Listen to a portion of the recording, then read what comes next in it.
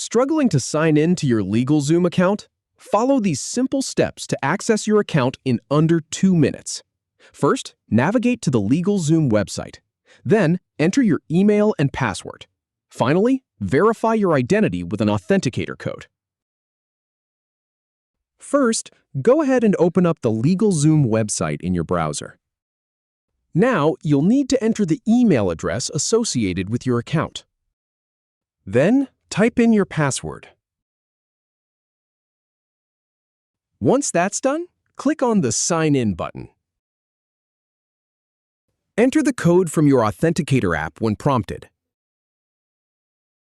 After entering the code, click Continue to finish signing in, and you're all set.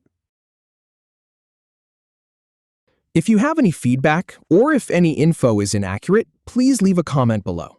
We'll do our best to answer or redo the video if needed. Thanks for watching.